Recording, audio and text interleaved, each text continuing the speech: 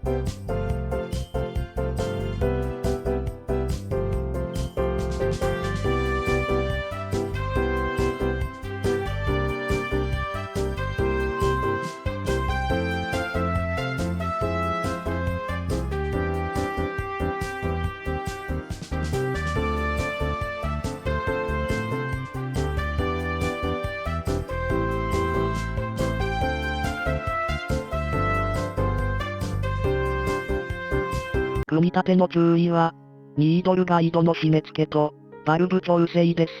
あとは溝が下向き。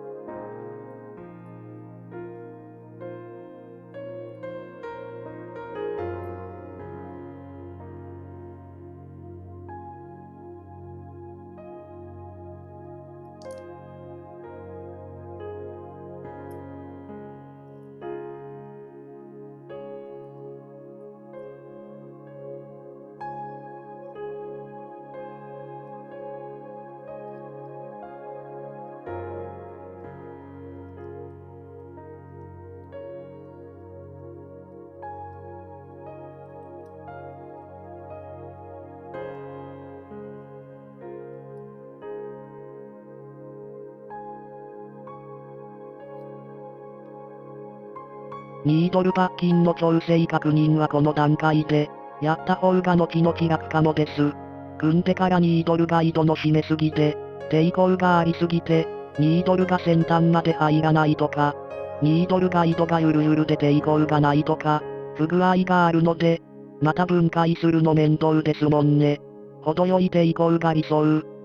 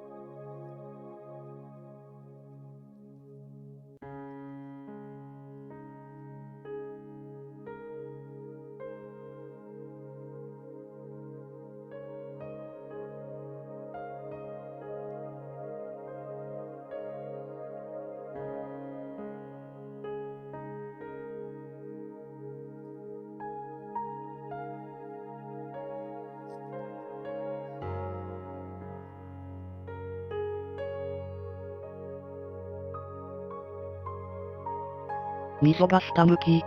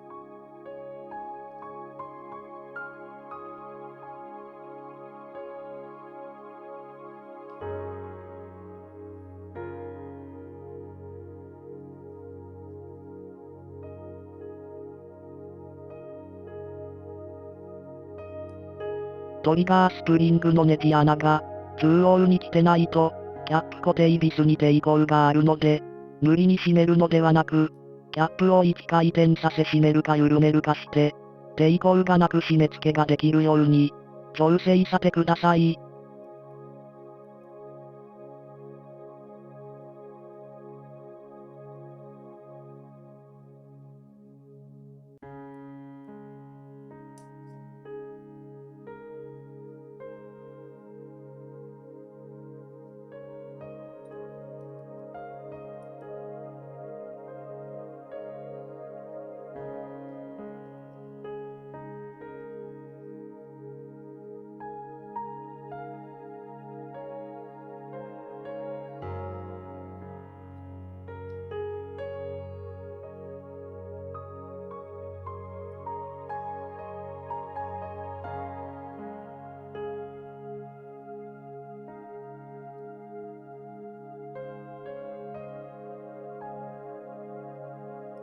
抵抗がなくすんなり締め付け。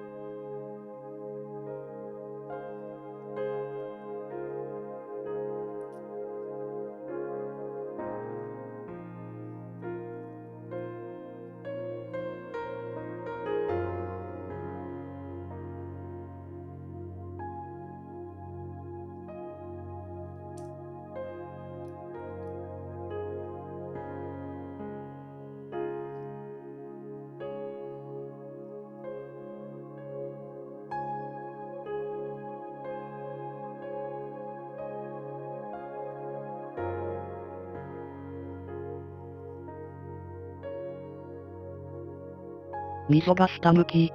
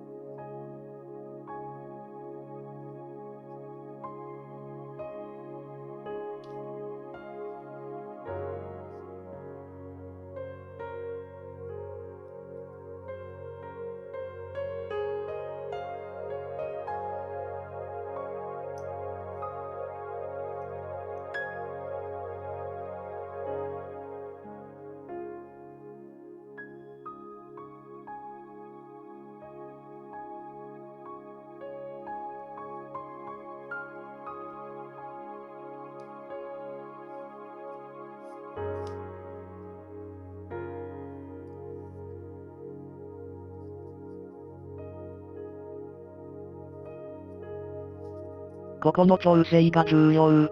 バルブの調整ナットの隙間次第で、エアーが出っ放しになったり、塗料が先に出てエアーが遅れて出るなど、不具合が、今はエアーが出っ放し。エアーが出っ放しだとコンプレッサーが、動いたままなので熱くなるし騒がしいです。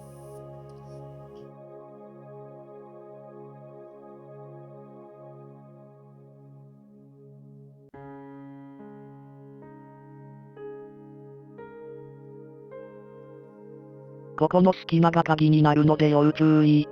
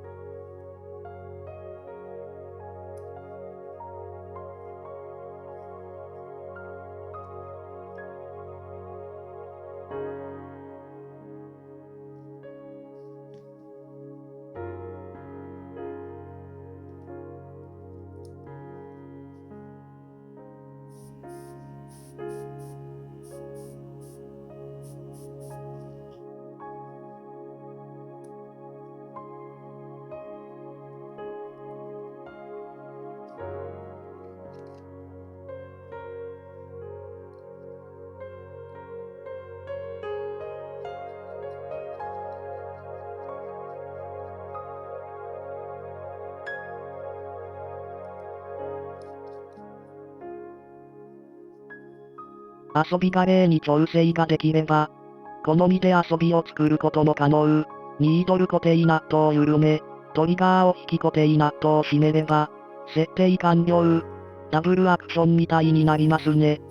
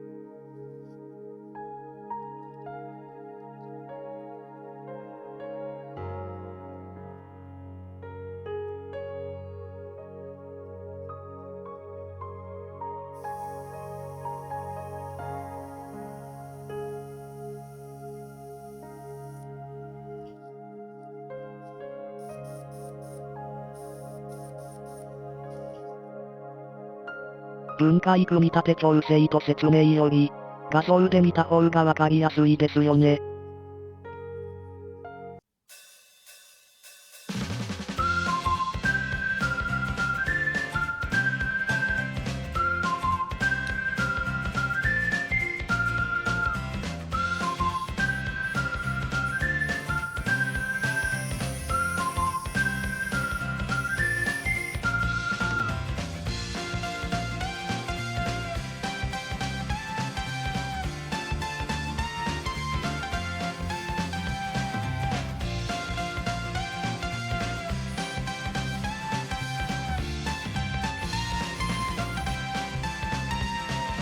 このハンドピース精密な吹き付けは、さておき、気に入っているところは、特殊なヘッドのおかげで、ノズル口径を楽に変更できるので、いいかなと思います。ちなみに 0.2 から 0.5 まで変更が可能。1台で4種類は個人的にはありがたい。精度は個人的には満足ですが、使い方によっては不満が出るかも。6000円弱なので、それなりです。遊ぶには十分ですね。今回は分解から組み立てを動画にまとめてみました。構造がわかればちょっとした不具合は自分で対処できますね。この動画がメンテの参考になれたら幸いです。今回はこの辺で最後までご視聴ありがとうございました。ひろひろボックス。